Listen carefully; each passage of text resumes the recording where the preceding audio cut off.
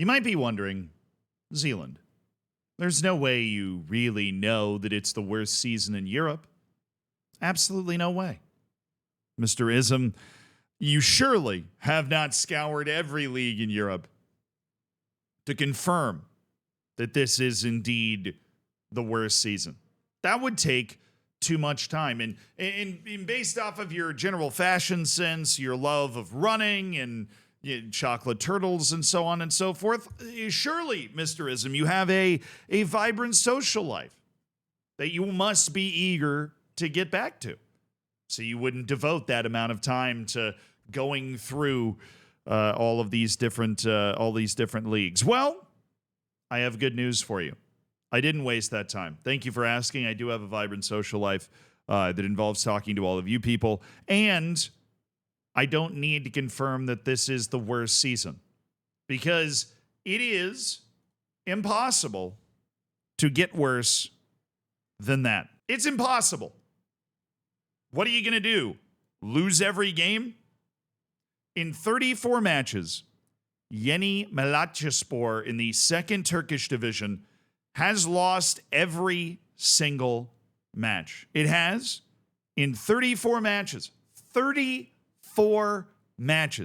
scored 13 goals and allowed 125 goals.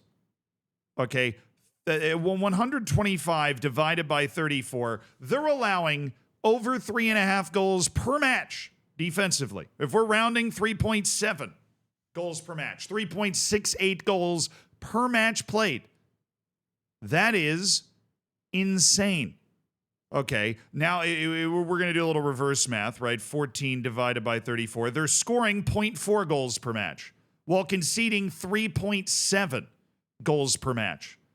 Something isn't right. Something has gone so horrifically afoul at Yeni Malatyaspor. And let me remind you that this team, if the name sounds familiar, was in the Europa League in 2019-2020. The 2019-2020 season, Yeni Malatyaspor was in the Europa League, won 2 games, drew 1, lost 1, was knocked out by Partizan in the third qualifying round. But if you're thinking, wow, they were in the top Turkish division. Not only were they in the top Turkish division, they made it into Europe out of the top Turkish division. So they were one of the better teams. They were competing against the Fenerbahçes, the Galatasarays, the Beşiktaşes. They were there in 2020.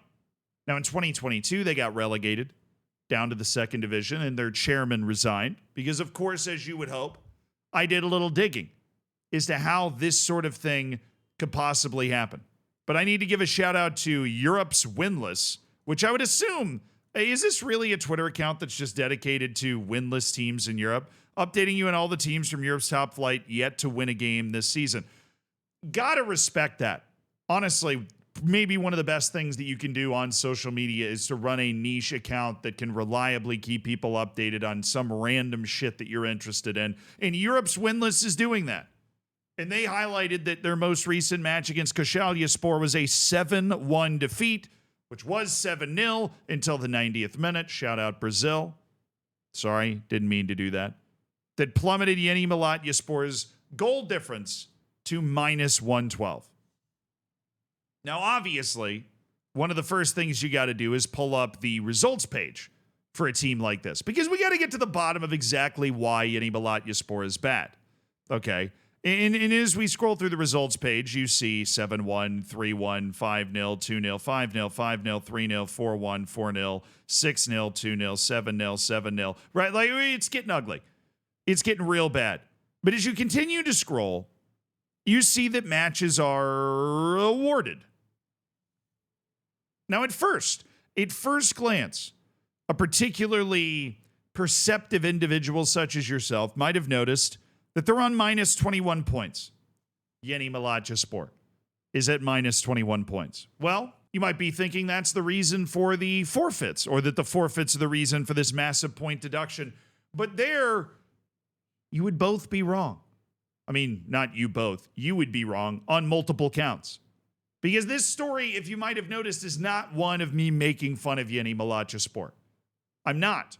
because there is actually a reason that they are not doing very well, and it is a sad one.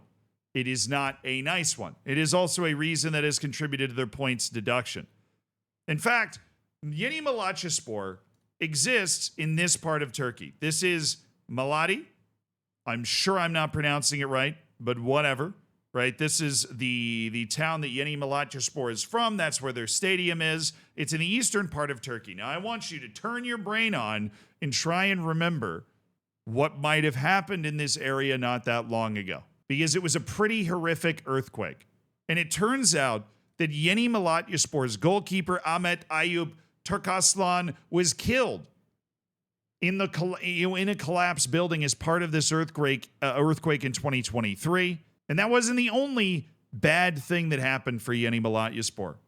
Due to severe damage to its facilities, the club did not participate in the First League for the entirety of the 2023-2024 season. The First League, which is the second division in Turkey, very confusingly named, but if you're English in particular and you have the championship in the second division, you really don't have too much of a leg to stand on, do you?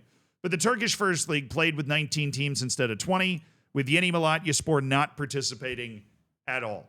To the credit of the Turkish Federation, they held the spot for Yeni Malatyaspor to return the following year.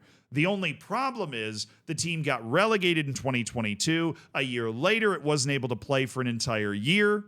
And now it shows up with a team that is clearly not ready to play. And that brings us to the point deductions that have obviously also landed. And the reason for those point deductions are financial management. But there, in my opinion, is an obvious reason why Yeni Malatyaspor would be unable to necessarily foot the bill in the same way that other teams are. Yeni Malatyaspor Club was investigated by the FIFA Disciplinary Committee under 3 separate files, 6 points each. But upon further investigation, you can't really blame the federation here.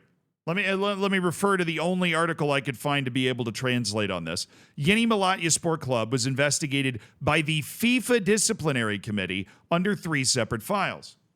So what happened here was not the Turkish Federation going after a club that was ravaged by a horrible earthquake. It was the FIFA Disciplinary Committee coming in, and they exist in part to make sure that players are paid, coaches are paid, right? That wages, the appropriate wages are paid, because if that sort of stuff is allowed to not happen and clubs are allowed to sustain without that sort of thing happening, then the entire system of global football will cease to exist and completely fall apart. That might be a little overdramatic, but I think you get the general idea. Okay. But on 3 separate investigations, they levied a 6-point penalty each time. The club the reasons of this penalty include the club's failure to fulfill its financial obligations and some problems experienced in previous seasons. This situation reveals the club needs to review its management structure and financial situation. Obviously, this is harsh, but it does allude to something that while I was kind of trying to, as we all love to do when you see something like this, learn more about what's happening, it does allude to the fact that this was happening before the chairman resigning in 2022. Yeni Malatyaspor was falling apart before the earthquake. If you ask fans of the club, the earthquake is not the only reason that this is happening. But I would counter with the argument that the earthquake is a significant contributing factor to the reason that Yeni Malatyaspor has seemingly rotted out of nowhere. But we've taken a team that was competing in Europe in 2019, and we are now watching them go entirely pointless with a minus 21 point deduction courtesy of the FIFA Disciplinary Committee, which, ouch, soulless, right? I feel like there should be some sort of insurance slush fund where if a club is affected and ravaged by some sort of natural disaster or maybe massive local or national unrest that is, order is quickly restored, that insurance slush fund should be used to help these types of teams, instead of the FIFA Disciplinary Committee deciding to show up to punish these types of teams that were clearly in dire straits before they weren't able to, play for a year, had to kind of rebuild or hold on to their team over the course of that year without the money that you obviously get from competing in competitions and from hosting matches in your home stadium, which required significant repairs. right? I mean, you imagine the amount of damage that has to be done in order for a club to literally just say, we're not going to play the entire season, because that's what they did. So it turns out that even though this is a particularly interesting thing to oogle at, it's not a particularly funny or, I mean, it's never, is it really funny? I mean, there's always a story behind the players and the coaches and the team that's getting absolutely beat up like this. But there's a particularly somber reason that Yeni Malatyaspor is down at the bottom of the Turkish second division. And I, for one, although I do believe I can say this with confidence that this season is a loss and they are guaranteed to finish with negative points. Oops. I hope that Yeni Malatyaspor is able to make some sort of comeback at some point for their fans, for their community, and just to prove they can do it, and just to get back to the height that clearly the club is able to reach. Because they've definitely got the short end of the stick here, and they've become a complete punching bag for this division. I'm sure it's going to take a couple of years, but just remember the name and hope they do well.